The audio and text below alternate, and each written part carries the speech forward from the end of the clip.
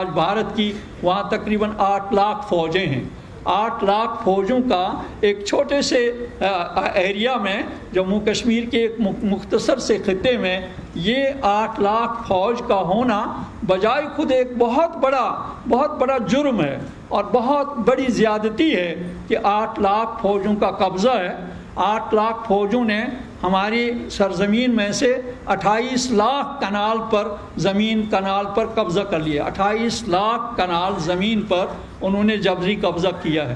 آپ خود اندازہ کریے، جب ایک چھوٹی سی قوم کے 28 لاکھ کنال پر جبری قبضہ کیا جا رہا ہو تو وہ کیسے اپنے آپ کو محفوظ سمجھ سکتے ہیں؟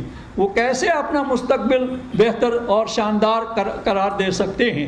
وہ کیسے اپنی زندگیوں میں امن اور چین حاصل کر سکتے ہیں؟ اور وہاں کے مقامی لوگوں کو گاڑیوں سے نیچے اتار کر مغربی بنگال کا سپاہی اسے کہتا ہے مجھے آئیڈینٹی کارڈ دکھاؤ.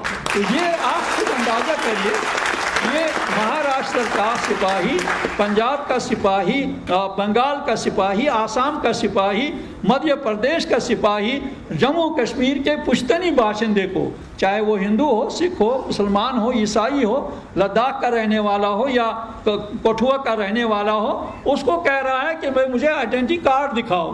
یہ اس کے ساتھ بہت ایسی زیادتی ہے جس کو وہ برداشت نہیں کر سکتا ہے.